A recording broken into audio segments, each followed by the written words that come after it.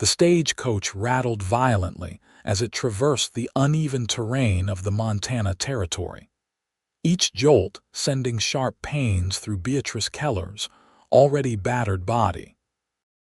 Spring of 1878 had arrived with promise, but Beatrice's face told a different story, two blackened eyes that couldn't be hidden beneath the brim of her bonnet.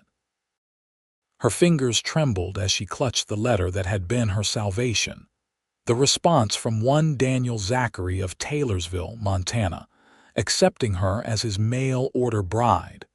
The coach lurched again, and Beatrice bit back a whimper.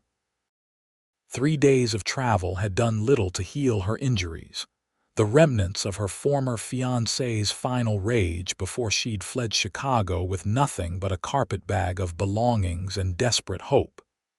The newspaper advertisement had been her only chance. Rancher seeks bride. Land plentiful. Prospects good. Taylorsville coming up, madam, the driver called from above. About 10 minutes. Beatrice's stomach knotted with anxiety. What would this stranger think when he saw her? Would he send her back? The possibility terrified her almost as much as returning to Chicago did. The small frontier town materialized on the horizon, a collection of wooden buildings strung along a wide dirt road, backed by towering mountains still capped with snow despite the spring thaw. Taylorsville wasn't much, but to Beatrice, it represented everything. Escape, safety, a new beginning. As the stagecoach rolled to a stop before the town's modest hotel, Beatrice steeled herself. This was it. Her new life if Daniel Zachary would still have her. She was the only passenger disembarking at Taylorsville. With shaking legs, she stepped down from the coach, her gaze sweeping the small crowd that had gathered to meet the weekly stage. Her heart hammered against her ribs as she searched for the man who matched the description in his letters, tall with dark hair and a beard. He wasn't difficult to spot.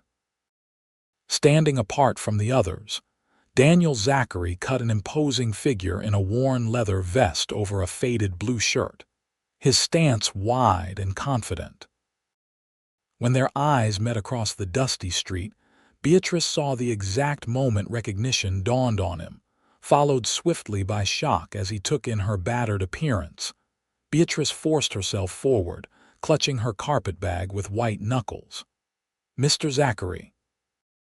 she asked, her voice barely audible over the bustle around them. Daniel's eyes, a startling clear blue, narrowed as they traced the outline of her bruises.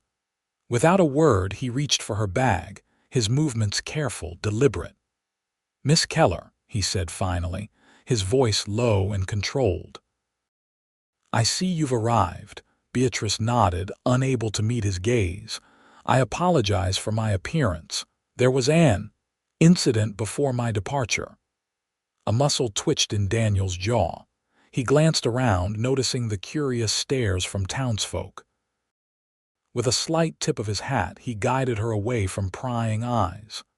"That life is over now," he said firmly as they walked, his voice carrying an edge that made Beatrice flinch instinctively. Noticing her reaction, his expression softened. "I mean, you're safe here. Whoever did that to you, they can't reach you in Taylorsville." The unexpected kindness in his words nearly undid her. For the first time in months, Beatrice felt the dangerous prickle of tears. She blinked them back furiously. "Thank you," she managed. Daniel led her to a small cafe adjacent to the hotel. "You must be hungry after your journey. We'll eat, then head to my ranch. It's a few miles outside town." The cafe was warm and smelled of fresh bread.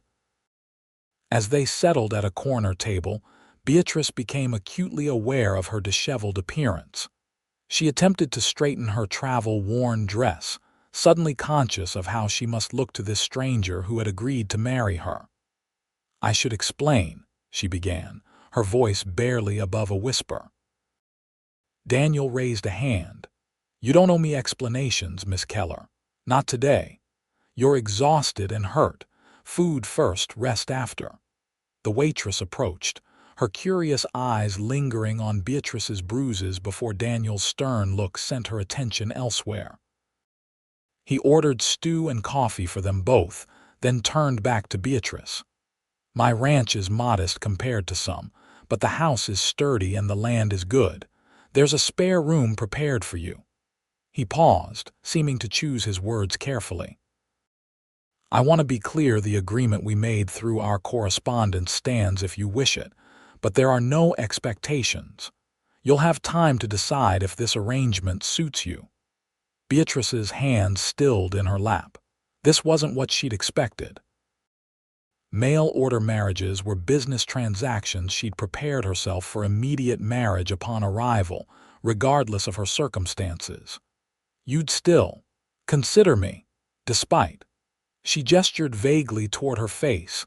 Daniel's expression hardened. "Those bruises tell me about the man who inflicted them, not about you, Miss Keller." Their food arrived, momentarily halting conversation. Beatrice struggled to eat despite her hunger, her split lip making each bite painful. She noticed Daniel watching her with concern but not pity, a distinction she appreciated. "The stagecoach brought mail," he said eventually, clearly trying to ease the tension. "The whole town's been waiting on supplies from Helena. Spring's always busy calving season at the ranch, planting to be done." Beatrice nodded, grateful for the mundane conversation. "Your letters mentioned cattle. Have you lived in Montana territory long?" "Since '68. Came out after the war looking for something different." He didn't elaborate on which war, but the shadow that crossed his face told Beatrice enough. The ranch was nothing then, just land and promise. And now, 200 head of cattle, 20 horses, decent grazing land with creek access. There was quiet pride in his voice. "It's a good life, but solitary. That's why I placed the advertisement." The honest admission hung between them. Beatrice appreciated his forthrightness. It matched the tone of his letters, which had ultimately led her to choose him from among the responses she'd received. As they finished their meal, Beatrice felt the weight of stares from other patrons. Word traveled fast in small towns, and the arrival of a battered mail-order bride would provide gossip for weeks. Daniel noticed her discomfort. "Ready to leave?" At her nod, he settled their bill and led her outside where a wagon waited, already loaded with supplies. He helped her up onto the seat with careful hands that never lingered. As they set off, Taylorsville receded behind them, giving way to open countryside that seemed to stretch endlessly under the vast Montana sky. Beatrice breathed deeply, taking in air that tasted different from Chicago's coal smoke atmosphere. Despite her apprehension, a small spark of hope kindled within her. Perhaps Daniel Zachary was right. Perhaps that life was truly over now. The journey to Daniel's ranch took nearly an hour, the wagon following winding trails through grassland and stands of pine. Beatrice found herself relaxing slightly as Daniel pointed out landmarks, the creek that bordered his property, distant mountains with names she tried to memorize. A soaring eagle that made Daniel pause mid-sentence to watch its flight. "There it is," he finally said, gesturing ahead to where a collection of buildings nestled in a small valley. The main house was larger than Beatrice had expected, a two-story structure of weathered wood with a wide porch and smoke curling from the stone chimney. Several outbuildings surrounded it, along with corrals containing horses that raised their heads at the wagon's approach. "It's beautiful," Beatrice said, genuinely impressed. Daniel's expression softened with pride. "Built most of it myself, with help from neighbors for the barn raising. The inside still needs a woman's touch, I'll admit." As they approached, a dog came bounding from the direction of the barn, a large, shaggy creature that barked enthusiastically. "That's Buck," Daniel said. "He's friendly, just loud." Buck circled the wagon as they came to a stop, eventually sitting and waiting with surprising patience as Daniel helped Beatrice down. "Afternoon, boss," a voice called from the barn. A young man emerged, wiping his hands on his trousers. He stopped short at the sight of Beatrice, his eyes widening slightly at her bruised face before he quickly composed himself. "Miss Keller, this is Pete Davis. He helps around the ranch," Daniel introduced them. Pete tipped his hat respectfully. "Madam, welcome to Zachary Ranch." "Pete, get the supplies unloaded and see to the horses," Daniel instructed. "Miss Keller needs to rest." "Yes, sir," Pete replied, already moving to unhitch the team. Daniel guided Beatrice toward the house, Buck following at their heels. The porch steps creaked under their weight as he opened the door for her. The interior was unexpectedly welcoming, simple but clean, with a large stone fireplace dominating the main room. Solid furniture crafted from local timber filled the space, and windows let in ample light. It lacked feminine touches, as Daniel had mentioned, but Beatrice could see the care that had gone into creating a home. "The kitchen's through there," Daniel indicated a doorway. "Your room is upstairs, first door on the right. Mine's at the end of the hall. There's a washroom between." He carried her carpet bag up the stairs, Beatrice following slowly, fatigue washing over her now that they had reached their destination. The bedroom he showed her to was modest but comfortable, with a bed covered in a handmade quilt, a chest of drawers, and a small dressing table with a mirror. "I'll let you rest," Daniel said, setting down her bag. "Supper's usually at sundown, but don't feel obligated if you're too tired." "Thank you," Beatrice said, overwhelmed by his consideration. "For everything." Daniel paused at the door. "Miss Keller, I meant what I said in town. Whatever happened before, it's over. You're safe here."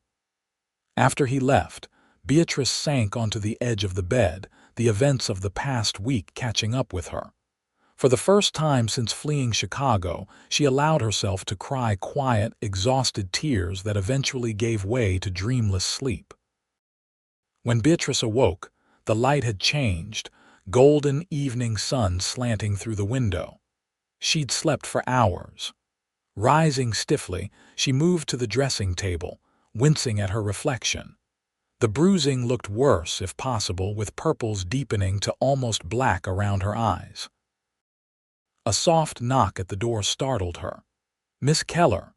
"Supper will be ready soon," Daniel called through the wood. "I'll be down shortly," she replied, hastily splashing water on her face from the basin provided and changing into a fresh dress, one of only 3 she'd managed to bring.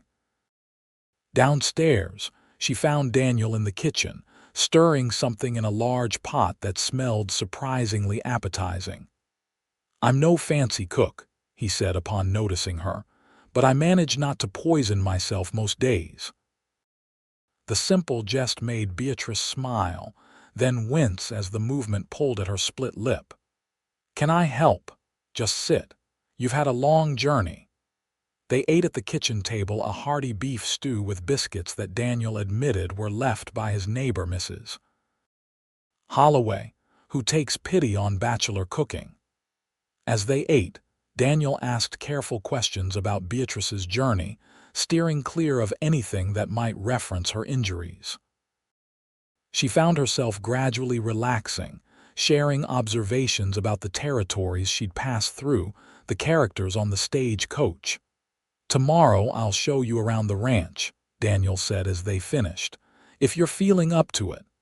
"I'd like that," Beatrice replied. "I should earn my keep." Daniel shook his head. "There's time enough for work when you've healed. For now, just rest." The evening passed quietly. Daniel showed her his modest library, 2 shelves of books ranging from practical farming guides to well-worn novels. Beatrice was pleasantly surprised. Reading had been her escape in Chicago, though opportunities had been limited. "Feel free to borrow anything that interests you," Daniel offered. By nightfall, exhaustion had reclaimed Beatrice. She excused herself, climbing the stairs to her room where she found that someone, likely Daniel, had lit the small lamp on her bedside table. The thoughtfulness of the gesture brought a lump to her throat. She slept deeply that night, waking only once to the sound of distant coyotes, their calls echoing across the valley. The unfamiliar sound might have frightened her once, but now it merely reminded her how far she'd come from Chicago's crowded streets and from the man who had marked her face with his fists. The next morning brought bright sunshine and the smell of coffee. Beatrice dressed carefully, pinning her hair simply before making her way downstairs. She found Daniel at the stove, frying bacon. "Morning," he greeted her. "Coffee's hot if you want some." "Thank you." She poured herself a cup, noticing how the kitchen looked in daylight functional but worn, with a large wood stove, a pump sink, and cupboards that had seen better days. Breakfast was simple but filling. Afterward, Daniel suggested they walk the property. "Nothing strenuous," he promised. "Just so you can get your bearings." Outside, the spring day was crisp but pleasant. Beatrice followed Daniel as he showed her the barn, the chicken coop, the corrals, and the small kitchen garden that had been planted but needed attention. "It's not much compared to city living," he said as they walked. "It's wonderful," Beatrice countered sincerely. The openness, the clean air, the sense of possibility, all of it appealed to her in ways she hadn't anticipated. Near the barn, they encountered Pete again, who was brushing down a chestnut mare. "This is Sadie," Daniel introduced the horse. "She's gentle. When you're ready to ride, she'll be a good mount for you." Beatrice hesitated before reaching out to stroke the mare's velvet nose. "I've never ridden before." "No rush," Daniel assured her. "Ranch life doesn't happen all at once." The tour continued to a ridge overlooking a creek where cattle grazed in the distance. They sat on a fallen log, the spring sunshine warming their faces. "In summer, wildflowers cover this whole meadow," Daniel told her. "Blue lupine, paintbrush, blanket flower. It sounds beautiful." "It is." He paused. "Miss Keller, please call me Beatrice," she interrupted. "If we're to. That is, if the arrangement proceeds, formality seems unnecessary." Daniel nodded. "Beatrice, then, and I'm Daniel." He seemed to consider his next words carefully. "I want you to know that I meant what I said yesterday. You have time to decide if this is what you want. The advertisement, our letters, all that was before this." Beatrice gestured to her face. "Before I knew you might need something different than what we discussed." Daniel's gaze was direct but kind. "Marriage is still on offer, but so is simply a safe place to heal if that's all you want." The unexpected offer stunned her. "But you paid for my passage." "You expected a wife." "I expected a woman who answered my advertisement freely. I'm not certain that's still the case." Beatrice considered this. Her decision to become a mail-order bride had indeed been made freely, but the urgency of her departure from Chicago had been driven by fear. Would she have chosen this path otherwise? "I don't know what to say," she admitted. "You don't have to say anything now." Daniel stood, offering his hand to help her up. "Spring's busy on a ranch. I'll be occupied with calving and planting. You can use that time to think." As they walked back toward the house, Beatrice felt conflicted. Daniel's offer was generous, more than generous, but what would happen if she declined marriage? She had nowhere else to go, no money of her own. As if reading her thoughts, Daniel added, "Whatever you decide, I'll ensure you're not left without options. If Taylorsville isn't to your liking, I can arrange passage elsewhere." "Why would you do that for a stranger?" The question slipped out before she could stop it. Daniel's expression darkened slightly. "Because I've seen what happens when women have no choices. My sister." He trailed off, then shook his head. "That's a story for another time." That evening, after a quiet supper, Daniel excused himself to check on a cow that was close to calving. Left alone in the house, Beatrice explored more thoroughly, noting small details that revealed the man, her potential husband, was books with marked pages, a carved wooden box containing letters tied with string, a checked shirt hanging from a peg with a neatly sewn patch on the elbow. In the kitchen, she took inventory of supplies, already planning improvements she might make if she stayed. The act of planning, of looking forward, felt foreign after months of simply surviving day to day. When Daniel returned, he found her at the kitchen table with paper and pencil, sketching ideas for reorganizing the space. "Already planning changes?" he asked, but his tone was amused rather than critical. Beatrice flushed. "Force of habit. I helped manage a household in Chicago before." "Before," Daniel nodded, understanding. "Changes would be welcome. This place could use a woman's perspective." They sat together by the fire afterward, Daniel mending a bridle while Beatrice continued her sketches. The domestic scene struck her as surreal after the chaos. She'd fled this quiet evening with a man who demanded nothing of her, who offered safety with no immediate expectation of return. Days passed in similar fashion. Beatrice's bruises began to fade, yellowing at the edges, the pain receding.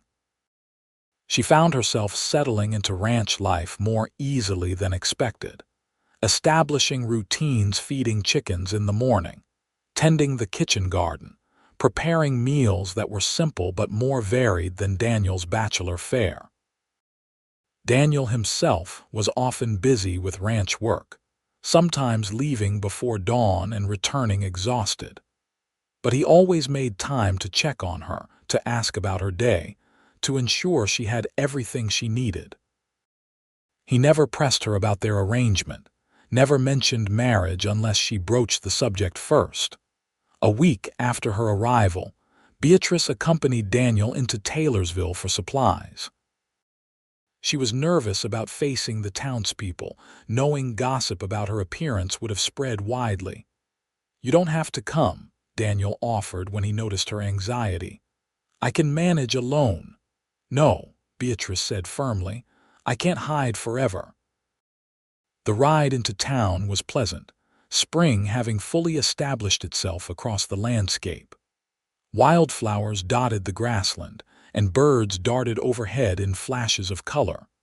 Taylorsville looked different in full daylight than it had upon her arrival, less intimidating, more alive with activity. Daniel tied the wagon outside the general store, then helped Beatrice down, his hands steady at her waist. "Ready?" he asked. Beatrice nodded, adjusting her bonnet. Her bruises had faded enough that they weren't immediately shocking, but were still visible to anyone who looked closely. The bell above the store door jingled as they entered. The proprietor, a balding man with spectacles, looked up and smiled. "Daniel, been wondering when you'd make it in." His eyes shifted to Beatrice, widening slightly before he composed himself. "And this must be Miss Keller." "Welcome to Taylorsville, madam." "Thank you," Beatrice replied, grateful for his attempt at normalcy. "Joe Henderson," Daniel introduced them, "owns the finest establishment in Taylorsville, or so he claims." "Only establishment of its kind," Joe corrected good-naturedly. "What can I help you with today?" As Daniel reviewed his list of supplies, Beatrice wandered the store, examining fabric bolts and household goods. She was inspecting a set of tin cookie cutters when the door jingled again, admitting two women in conversation. They fell silent upon noticing Beatrice, their eyes darting to her face before exchanging significant glances. Beatrice steeled herself, expecting whispers or pointed questions. Instead, the older of the women approached directly. "You must be Daniel's bride-to-be." "I'm Martha Holloway, my husband's ranch neighbors, his to the north. This is my daughter, Sarah."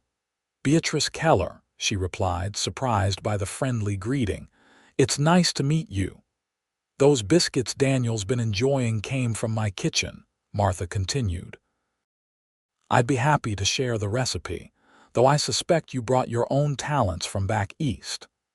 The conversation continued pleasantly, Martha neither mentioning Beatrice's fading bruises nor treating her with the pity she dreaded. Sarah, a pretty girl of about 20, was more reserved but equally kind. "We're having a quilting circle next Tuesday," Martha said as they were preparing to leave. "At my home. You'd be most welcome to join us." Beatrice glanced uncertainly at Daniel, who was settling his account with Joe.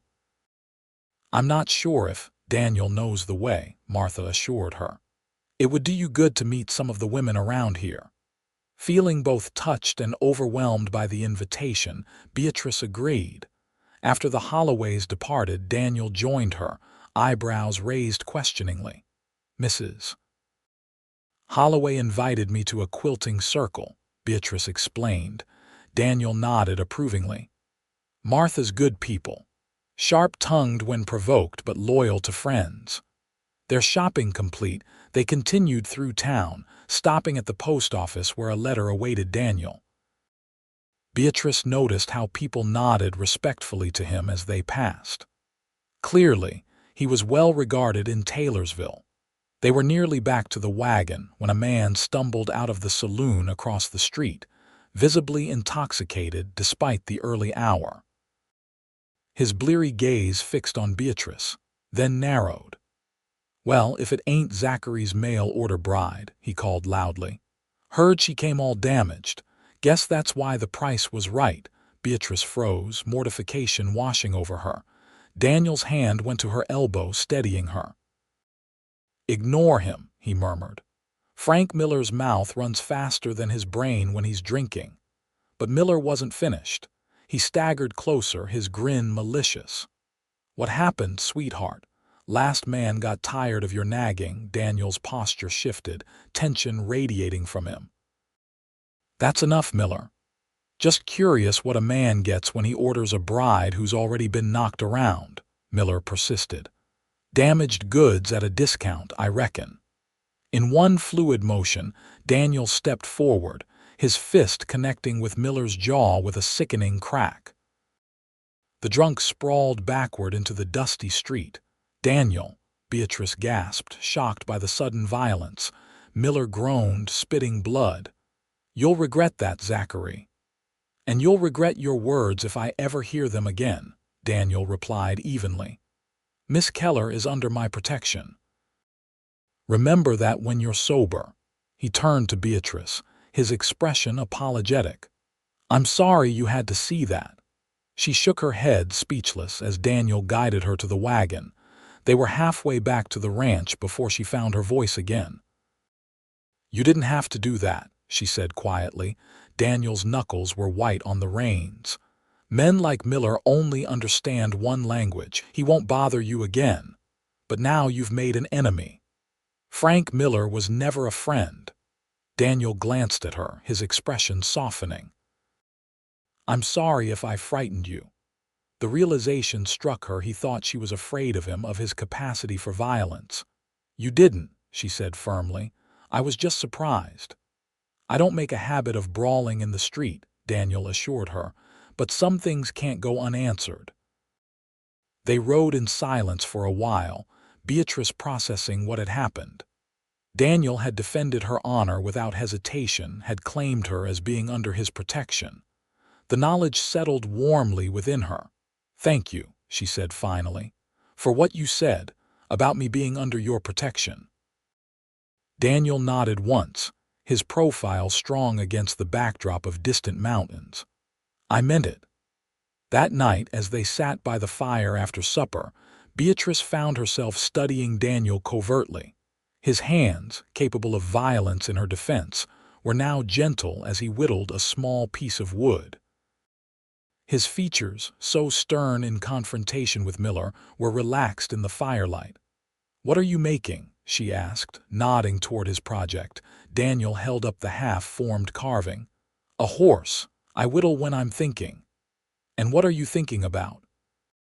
He met her gaze, his blue eyes reflecting the flames. "The future. Planting decisions. Whether the north pasture needs rotating," he paused, "whether you're happy here."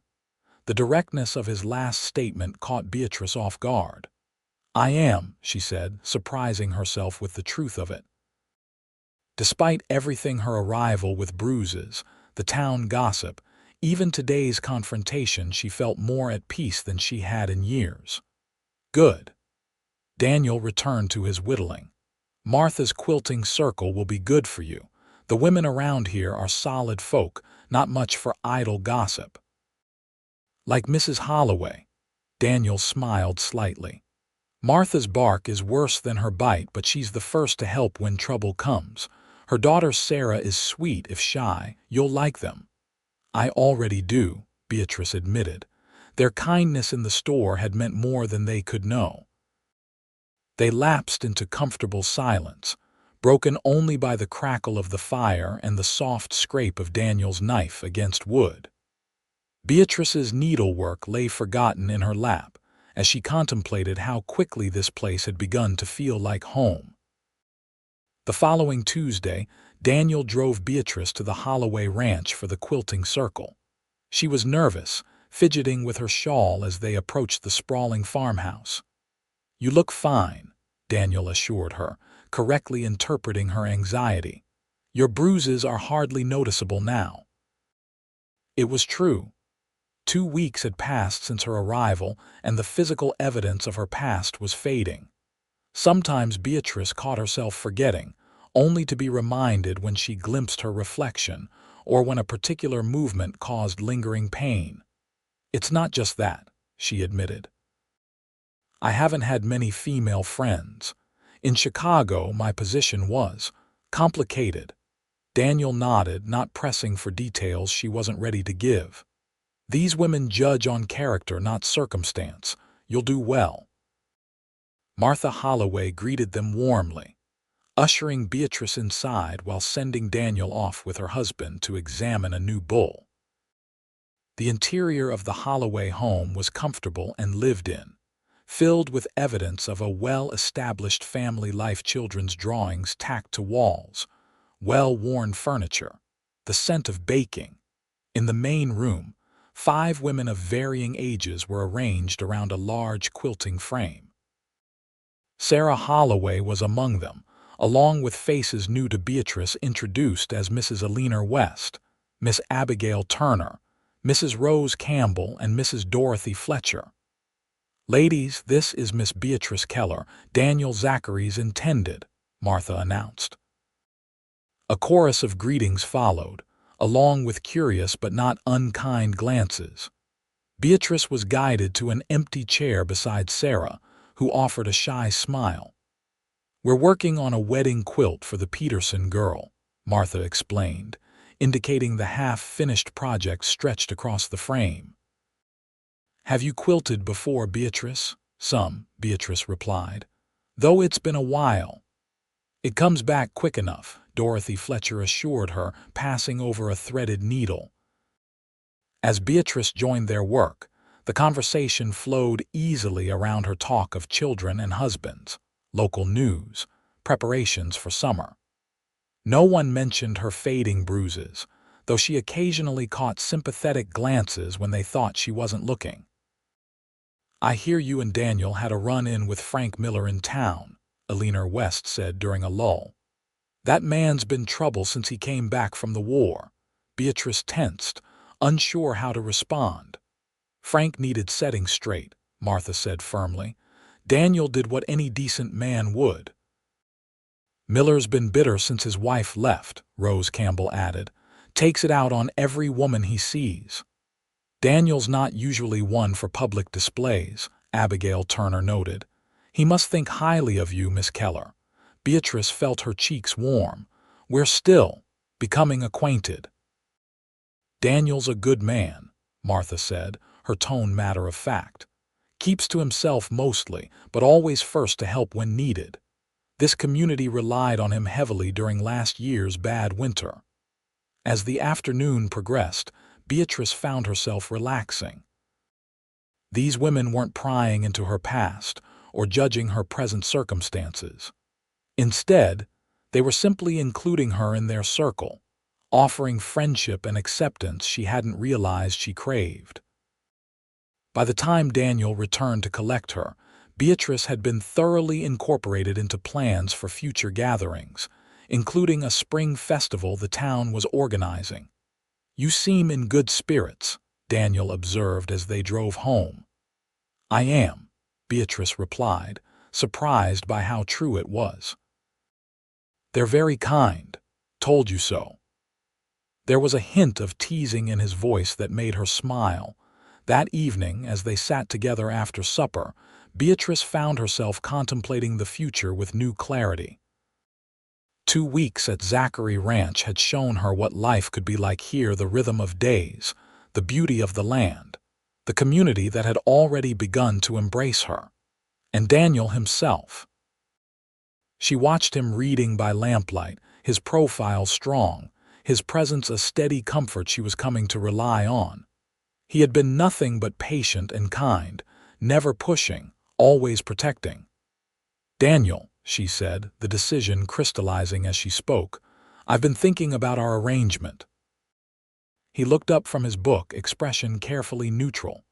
"Yes, if you're still amenable, I'd like to proceed as we originally discussed, as your wife." Daniel set his book aside, studying her face. "You're certain? There's no rush, Beatrice." "I'm certain," she said firmly.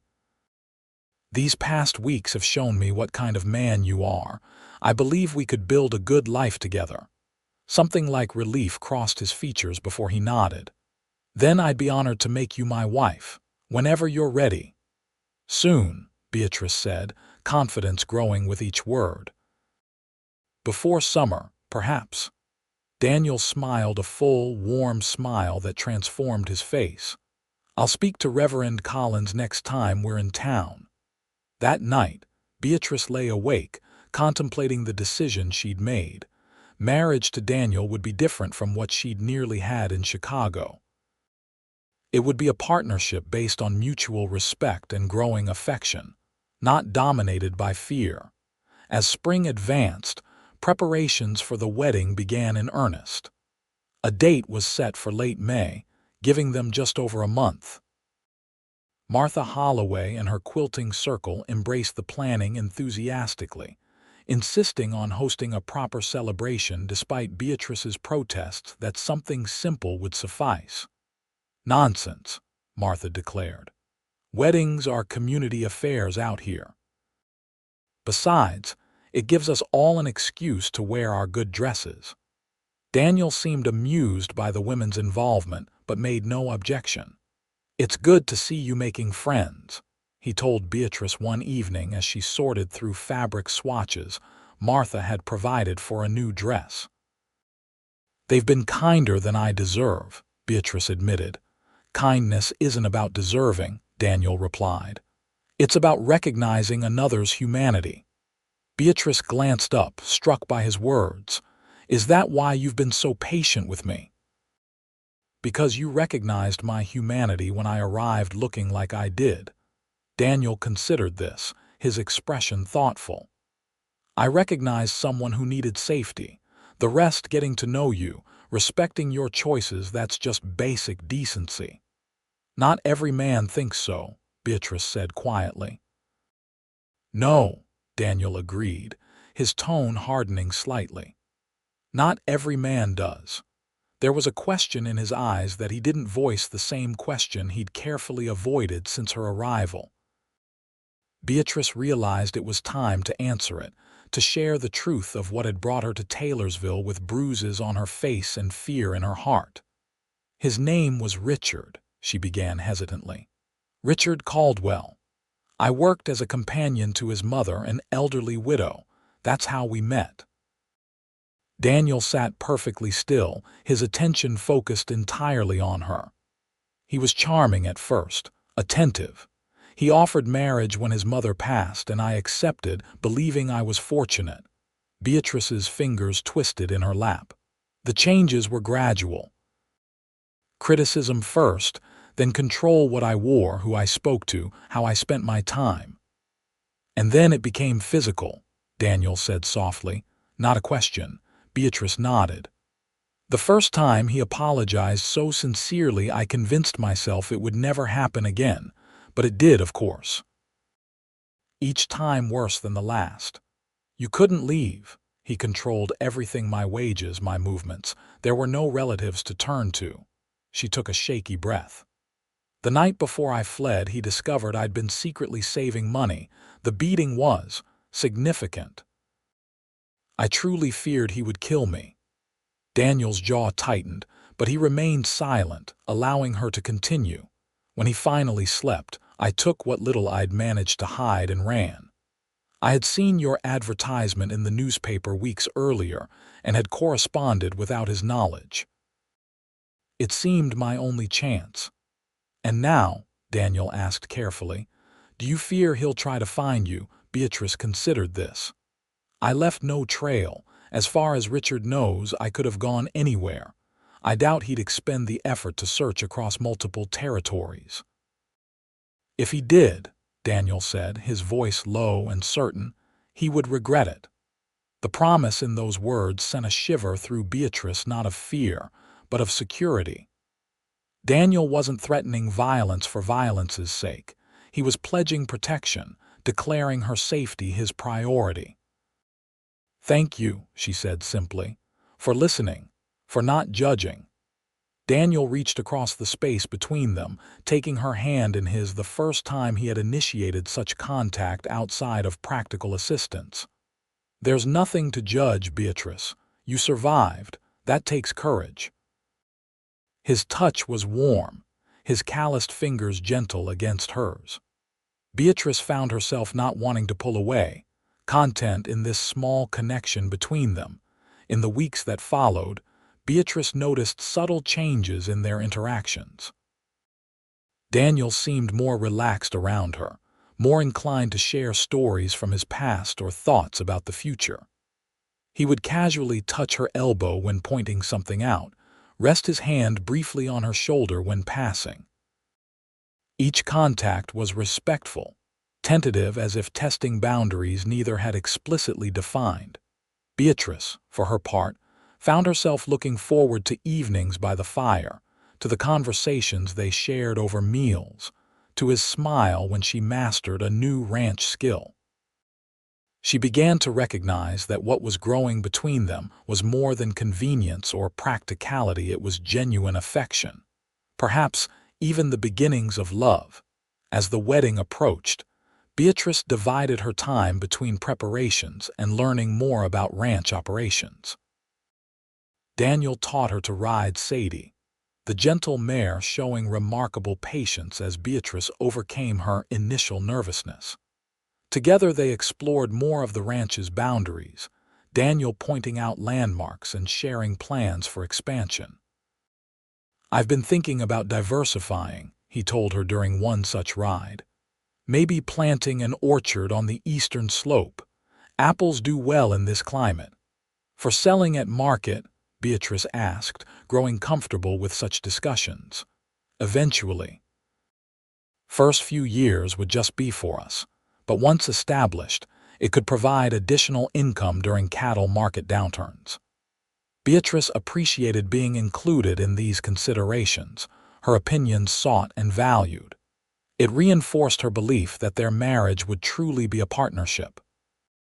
The day before the wedding, Martha Holloway and several other women arrived at the ranch to help with final preparations.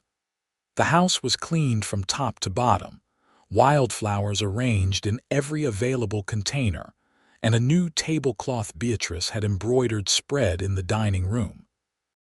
For the wedding breakfast, Martha explained. Tradition says the bride and groom should eat their first meal as husband and wife at their own table. Daniel had been banished to the barn for most of these preparations, emerging only when Pete Davis arrived with a wagon containing his family, who would be among the wedding guests.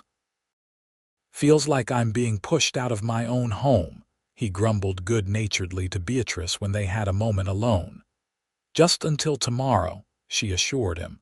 Then it will be our home properly. Something softened in Daniel's expression. It's been yours since you arrived, Beatrice. The papers will just make it official."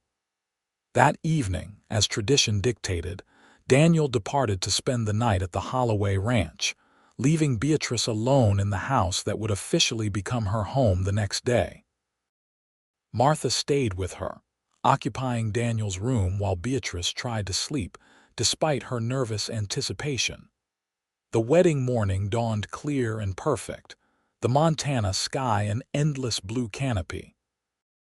Beatrice stood at her bedroom window, watching the sun illuminate the valley and thinking about the journey that had brought her here from fear and desperation to hope and new beginnings.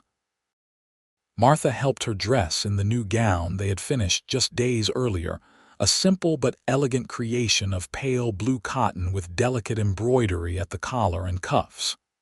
Her hair was arranged in a neat coil at the nape of her neck, threaded with small white flowers Martha had picked at dawn.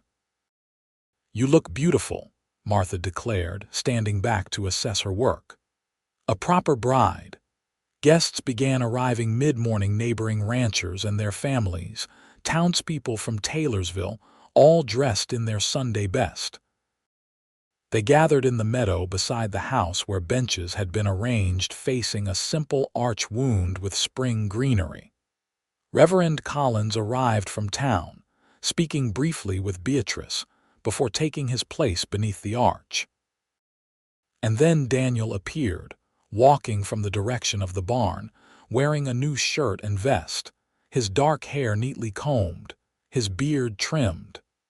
Their eyes met across the gathering, and Beatrice felt a rush of certainty. This man, this kind, honorable man who had offered safety when she needed it most, was to be her husband. Not out of desperation or necessity, but because they had chosen each other. The ceremony itself was brief but meaningful. Standing before their friends and neighbors, Beatrice and Daniel exchanged simple vows, promising to honor and cherish each other for all their days. When Reverend Collins pronounced them husband and wife, Daniel's kiss was gentle but sure, his hand steady as they held hers. The celebration that followed was joyful tables laden with food contributed by guests, music provided by a fiddler from town, children playing games in the meadow. Beatrice found herself surrounded by well-wishers, genuine in their congratulations. "You've brought life back to Daniel," Joe Henderson from the general store told her. "Haven't seen him this happy in years." As the afternoon progressed, Beatrice observed her new husband moving among their guests, at ease in a way she hadn't witnessed before. He caught her watching and made his way to her side, taking her hand in his. "Mrs. Zachary," he said, the name new and wonderful on his lips. "Are you enjoying your wedding day?" "Very much," she replied truthfully, "though I find myself looking forward to when our guests depart." Daniel's eyes darkened slightly, his thumb tracing circles on her palm. "As do I." The guests began leaving as evening approached, Martha orchestrating their departure with practiced efficiency until only she and her husband remained. "We'll be off now," Martha announced, embracing Beatrice warmly. "Remember what we discussed, dear." Beatrice blushed, recalling Martha's straightforward advice about marital relations delivered the previous evening. "Thank you for everything, Martha." Once alone, Beatrice and Daniel stood in their doorway, watching the Holloway's wagon disappear down the road. The silence between them was charged with awareness of what was to come. "Are you tired?" Daniel asked, his voice gentle. "It's been a long day." "A bit," Beatrice admitted, "but happy." Daniel smiled, offering his hand. "Come, I have something to show you." He led her not upstairs as she expected, but to a small room off the kitchen that had previously been used for storage. Opening the door, he revealed a transformed space, a cozy sitting room with a comfortable settee, bookshelves, and a small writing desk beside the window. "When did you do this?" Beatrice asked, amazed. "Pete helped during the days you were in town with Martha." I noticed how you enjoyed reading in the evenings, thought you might like a space of your own." Daniel looked uncharacteristically uncertain. "If you don't like it, I love it," Beatrice interrupted, emotion tightening her throat. This thoughtful gesture, this creation of a space just for her, meant more than Daniel could know. In Chicago, she'd had no place that was truly hers, no corner where she could exist without scrutiny or intrusion. Impulsively, she rose on tiptoe and kissed him, their first kiss initiated by her rather than ceremony. Daniel's surprise lasted only a moment before he responded, his arms encircling her waist, drawing her closer. When they parted, his eyes were dark with desire, but his touch remained gentle. "Beatrice," he murmured, her name a question. "Yes," she answered, taking his hand and leading him toward the stairs. In the privacy of what was now their bedroom, nervousness returned. Daniel sensed her hesitation and moved slowly, lighting the lamp, turning down the bed linens that Martha had changed to fresh ones adorned with lavender sprigs. "We have time," he said quietly. "All the time you need." His consideration nearly undid her. How different this was from what she had known, from the demands and entitlement she had experienced before. "Daniel," she said, finding courage in his patience. "I want this. I want you, but I may need guidance." Understanding dawned in his expression. He crossed to her, framing her face gently with his hands. "Then we'll learn together, at whatever pace feels right." Their coming together that night was a revelation to Beatrice, tender, unhurried, focused on mutual pleasure rather than selfish gratification. Daniel's hands and lips were reverent on her body, his whispered endearments washing away memories of rougher treatment. When they finally joined, the connection felt like coming home, like finding a place she belonged after years of wandering. Afterward, lying in the circle of Daniel's arms, Beatrice felt tears slip silently down her cheeks, not from pain or fear, but from overwhelming relief and gratitude. Daniel brushed them away with his thumb. "Are you all right?" "Yes," she whispered. "I never knew it could be like that. Like something beautiful instead of something to endure." Pain flashed across his features before he pressed his lips to her forehead. "It should always be beautiful between us, Beatrice. I promise you that." As spring gave way to summer, Beatrice and Daniel settled into married life with surprising ease. The ranch flourished under their combined efforts, Beatrice taking charge of the household and garden while learning more about cattle operations, Daniel introducing innovations based on her suggestions. They planted the apple orchard Daniel had envisioned, spending long days preparing the eastern slope and carefully setting young trees that would one day provide fruit for cider and preserves. In the evenings, they would sit on the porch watching twilight settle over their land, sometimes talking, sometimes content in shared silence. Their physical relationship deepened alongside their emotional connection. Daniel remained patient and attentive, gradually helping Beatrice overcome the shadows of her past, until she could approach their intimate moments with joyful anticipation rather than nervous acceptance. "You've changed," he told her one evening as they lay together, the summer breeze drifting through the open window. "Not just healed, blossomed." Beatrice traced the line of his jaw, still sometimes amazed that she could touch him so freely. "Because you gave me safe ground to grow in." In late summer, Beatrice began to suspect a new development. Her monthly cycle, always regular, failed to appear. She said nothing to Daniel initially, waiting to be certain, observing the subtle changes in her body with cautious hope. When she finally shared her suspicion, Daniel's reaction was everything she could have wished, joy tinged with protective concern, plans immediately forming for adjustments to their home and routines. "Are you happy about it?" he asked that night, his hand resting gently on her still flat stomach. Very, Beatrice assured him. Though also nervous, I know little about babies. Neither do I, Daniel admitted. But Martha raised 5, she'll guide us. The pregnancy progressed smoothly through autumn. Beatrice's morning sickness was minimal, allowing her to continue most of her regular activities. Daniel, however, grew increasingly protective, insisting she rest more and delegate strenuous tasks to Pete, who had become a permanent fixture at the ranch. Their first Christmas as a married couple was simple, but meaningful. They exchanged modest gifts: a new pocket watch for Daniel to replace his battered timepiece, a set of illustrated novels for Beatrice.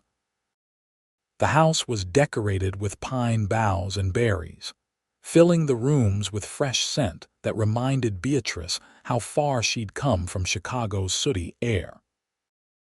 "Next year we'll have a little one to share this with," Daniel remarked as they sat by the fire on Christmas evening, his arm around her shoulders, her head resting against him. The thought filled Beatrice with contented anticipation. Their child would know only love and security, would grow up in this beautiful valley surrounded by mountains and sky, would never experience the fear she had known. Winter settled over the ranch, transforming the landscape with snow that sparkled like diamonds in the sunlight. Daniel ensured the house remained warm and comfortable, spending hours chopping extra firewood and making repairs to keep out drafts. His concern for Beatrice's comfort sometimes bordered on excessive, making her laugh even as she appreciated his care. "I'm pregnant, not made of glass," she reminded him when he insisted on carrying a basket of laundry she was perfectly capable of managing. "Humor me," he replied, dropping a kiss on her forehead as he took the basket. "It's my first time at this." As Beatrice's pregnancy advanced, Martha Holloway became a frequent visitor, bringing practical advice and reassurance. She helped prepare the nursery in the small room adjacent to their bedroom, showing Beatrice how to fashion soft bedding and tiny garments.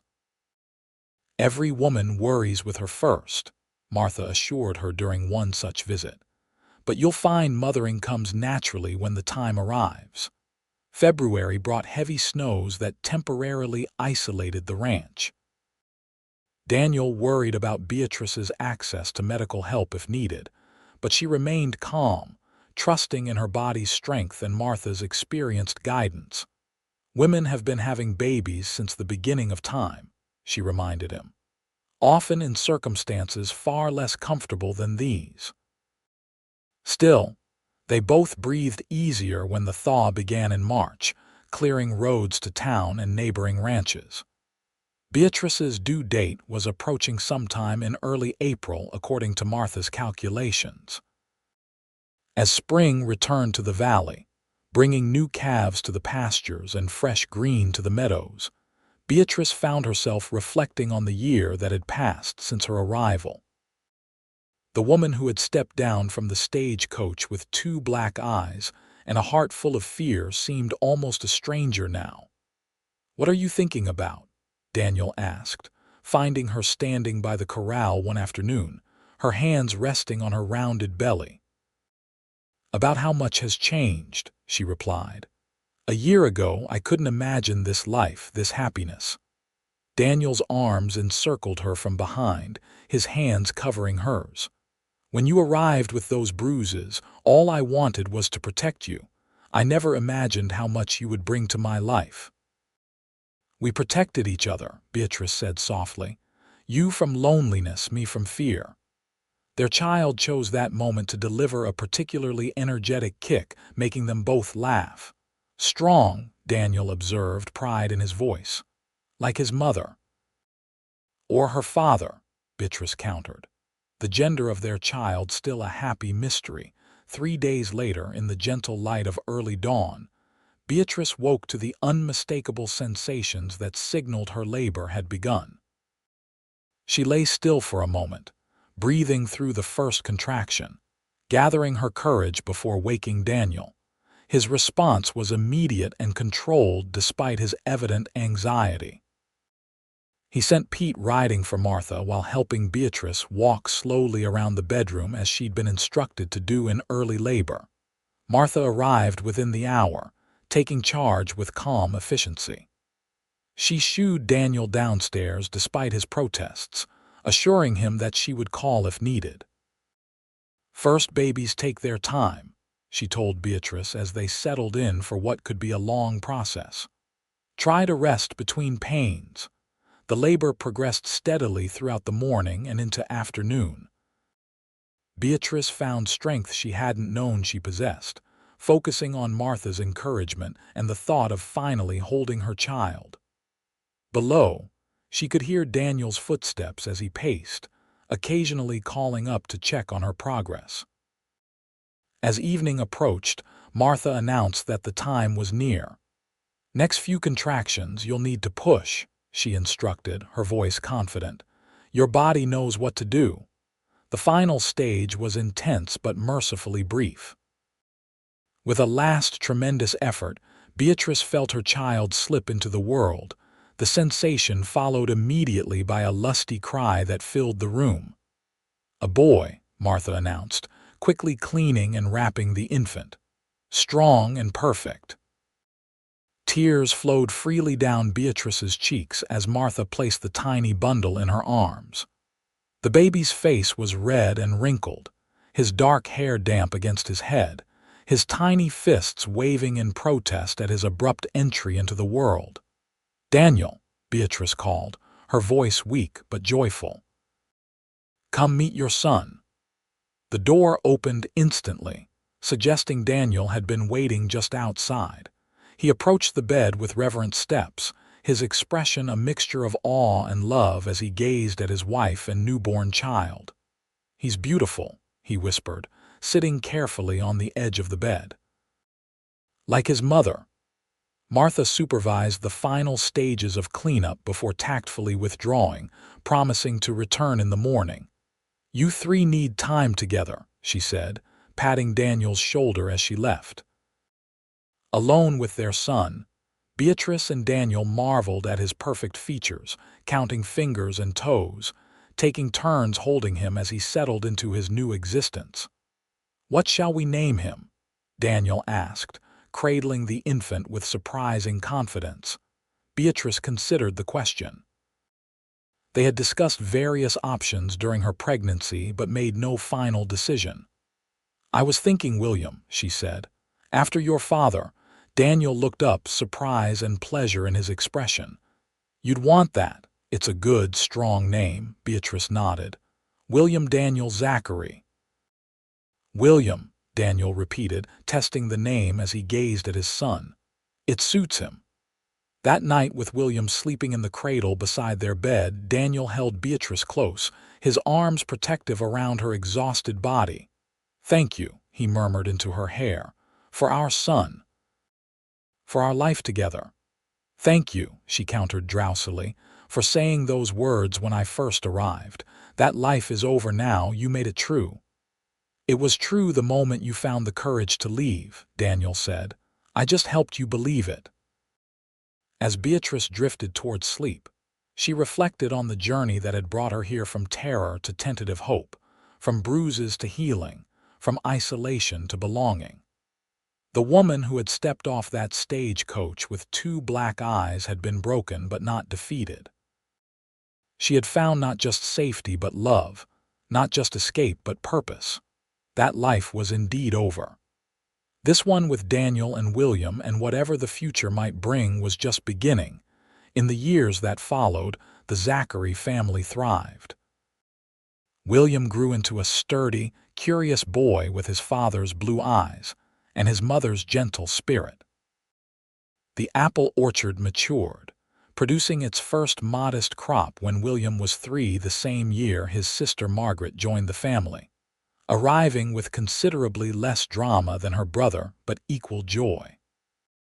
The ranch expanded, Daniel's careful management and Beatrice's practical suggestions creating a prosperous enterprise that became one of the most respected in the region. They added a wing to the house, hired additional hands, improved their breeding stock. Beatrice never forgot the woman she had been, or the journey that had brought her to Montana. When occasionally new mail-order brides arrived in Taylorsville, some with visible signs of hardship similar to her own, she made a point of welcoming them, offering friendship and understanding without judgment. On the 5th anniversary of their wedding, Daniel presented Beatrice with a special gift, the deed to the ranch, amended to include her name alongside his. "It was always yours in spirit," he told her as they stood on their porch watching William and Margaret play in the yard. "Now it's yours by law as well." Beatrice leaned against her husband, contentment washing through her. "Do you ever think about how differently things might have turned out?" she asked. "If I hadn't answered your advertisement, if you hadn't accepted me despite my appearance when I arrived." Daniel's arm tightened around her waist. "I believe we were meant to find each other," he said simply. "Two incomplete lives that became whole together." The sun was setting behind the mountains, painting the valley in gold and purple. From the barn came the comfortable sounds of evening chores being completed. From the kitchen, the aroma of the special dinner Martha had helped prepare for their anniversary celebration. Beatrice turned in Daniel's arms, rising on tiptoe to kiss him with the easy affection of years shared. His response was immediate and warm, his love as evident now as it had been when she first recognized it growing between them. "I love you, Daniel Zachary," she said when they parted. "Thank you for making that life is over now the most beautiful promise anyone ever made to me." Daniel smiled, the lines at the corners of his eyes deepening, lines earned through years of squinting across sun-drenched pastures, of laughter with their children, of watching the seasons change over land they both cherished. "I love you, Beatrice Zachary," he replied. "Thank you for making it a promise worth keeping." Together they turned toward their home, toward the future they continued to build day by day, a future founded on respect and kindness, strengthened by shared purpose, and illuminated by a love that had begun in the most unexpected circumstances, but had grown into something enduring and true. The life that had ended when Beatrice stepped off that stagecoach with two black eyes had given way to something far richer than either of them could have imagined. And as they walked hand in hand toward the sound of their children's laughter, both knew with absolute certainty that the best chapters of their story were still being written.